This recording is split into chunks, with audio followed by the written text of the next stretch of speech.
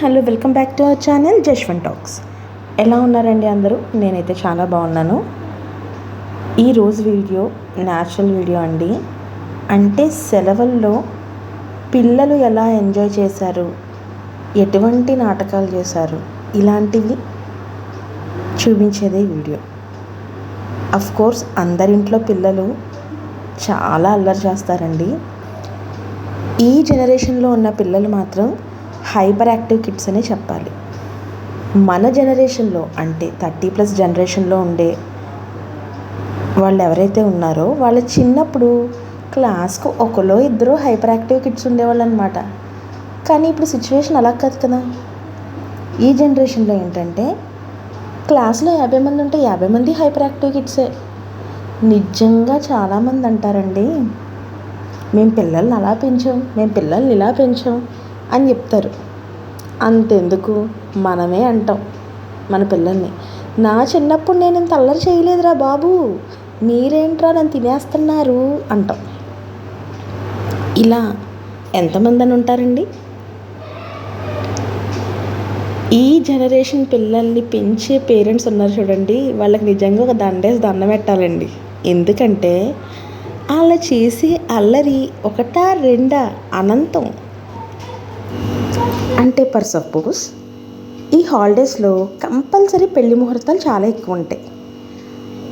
అయితే మన చిన్నప్పుడు ఎవరైనా ఇంటికి వచ్చి పెళ్లి కార్డు చెప్పినా, పిలుపులు పిలిచినా మన అమ్మ నాన్న తీసుకెళ్తేనే వెళ్ళేవాళ్ళం. అసలు వాళ్ళకి మనం వెళ్ళాలా అని ఆలోచన కూడా వచ్చేది కాదు మనకి. ఇప్పుడున్న పిల్లలు ఏం చేస్తున్నారో తెలుసండి, పలానా రోజు ఫంక్షన్ ఉంది, మనం వెళ్ళాలి అని వాళ్ళే మనకు గుర్తు చేస్తున్నారండి. నిజంగా లిటరల్లీ అండి. మేము రీసెంట్గా రాజమండ్రి వెళ్ళాం హాలిడేస్కి. ఇంకా రాజమండ్రి వెళ్తే ఇంక మాకు ఫంక్షన్స్. సరే కదా అని చెప్పి ఏదో ఒక ఫంక్షన్కి అటెండ్ అవుదామని బై మిస్టేక్ టంగ్ స్లిప్ అయ్యి కానీ మన పిల్లల ముందు కానీ చెప్పామనుకోండి, మనకు ఆ రోజు గుర్తుండదు ఆ రోజు ఫంక్షన్ ఉందని.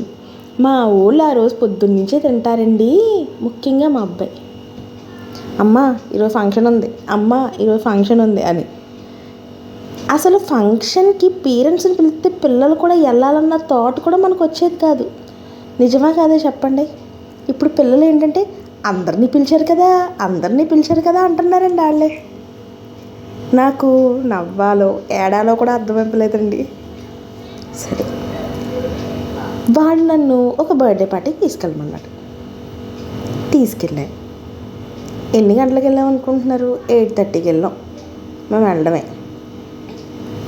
అక్కడ చూడండి, టాటూలు వేయడం, ఫొటోస్ తీయడం, డ్యాన్సింగ్ కాంపిటీషన్, ఇంకొకటి మనకి కళ్ళకు గంతలు పెట్టి ఒక గేమ్ ఆడిపిస్తారు కదా, లైక్ ఏ టెంపుల్ రన్ టైపు, ఆ గేమ్స్, ఇలాంటి నెంబర్ ఆఫ్ ఉన్నాయన్నమాట యాక్టివిటీస్.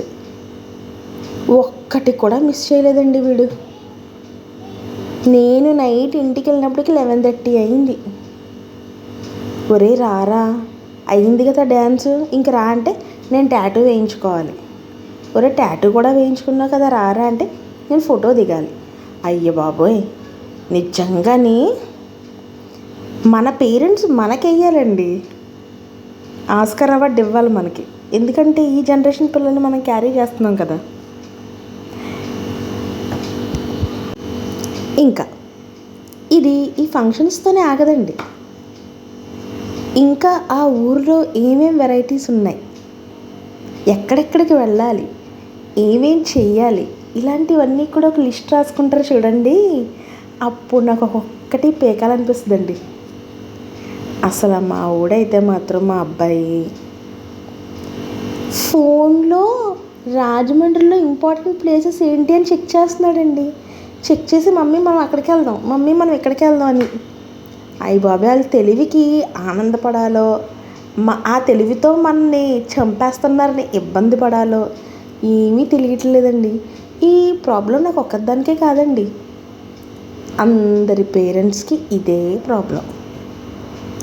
పోనీ గట్టిగా తిడదామా అంటే ఆ ఏడుపు మనం వినలేమన్నమాట. అది కూడా మనకు ఒక శిక్షే. కక్కలేక మింగలేక మన బాధ ఎవరికి చెప్పుకుంటామండి. దేవుడా మా పిల్లలు నువ్వే మార్చు, దేవుడా మా పిల్లలు నువ్వే మార్చు అని దండం పెట్టుకోవడం తప్ప లిటరల్లీ అదంతా సీన్ అయిపోయిన తర్వాత తలుచుకుని నవ్వుకుంటాం. కానీ ఆ సీన్ జరుగుతున్నప్పుడు మాత్రం కసి వస్తుందండి. అరే నేను కొట్టేస్తాను, అరే నువ్వేం చేస్తున్నావు, ఇవే అనిపిస్తుందండి. వాళ్ళు అనుకున్న పని చేయడానికి మాత్రం దేనికి వెనకాడరండి. గోదావరి గట్టుకి వెళ్దాం మమ్మీ అని అడుగుతారండి. నేను ఇంట్లో ఇన్స్ట్రక్షన్స్ ఇస్తా, అరే నీటిలో దెక్కండి, కావాలంటే కాలు జస్ట్ అలా అలా అలా పెట్టి ఆడుకోండి, ఎందుకంటే మీకు హెల్త్ పాడైపోద్ది కదా, అది ఇది అంటాం. వాళ్ళు okay mummy, done mummy, super mummy, వెళ్ళిపోదాం మమ్మీ అంటారు. తీరా వెళ్ళిన తర్వాత సిచ్యువేషన్ వేరేలా ఉంటుందన్నమాట. అంటే యాక్చువల్గా ఇప్పుడు మీరు చూస్తున్న వీడియో మా అత్త వాళ్ళు వీరభద్ర సంబరం చేయించుకుంటున్నారు. మా అక్క వాళ్ళు. అయితే ఆ రోజు పిల్లలు వచ్చారు ఆడుకోవడానికి. అయితే వాళ్ళు ఆడుకుంటుంటే మనం పెద్ద కిరణ్ బేడి పూలందేవిలాగా వెళ్ళి, అరే మీరు ఇప్పుడు ఆడకండ్రా, ఎందుకురా ఇప్పుడు ఆడుతున్నారు, మనం ఇంకో రోజు వద్దాంలే అని చెప్పాను. ఇంకో రోజు అంటే ఎప్పుడు మమ్మీ అని అడిగారు. మండే కానీ ట్యూస్డే కానీ వద్దాంలే, ఇప్పుడు వచ్చేయండి అని అన్నా. వాళ్ళు నోరు మూసుకుని వచ్చేసారండి. వాళ్ళు నన్ను ఇంకేం అడగలేదు. ఇంకా మండే ట్యూస్డే స్టార్ట్ చేశారండి నాకు బ్యాటింగ్. మమ్మీ ఎప్పుడు వెళ్దాం, మమ్మీ ఎప్పుడు వెళ్దాం అని.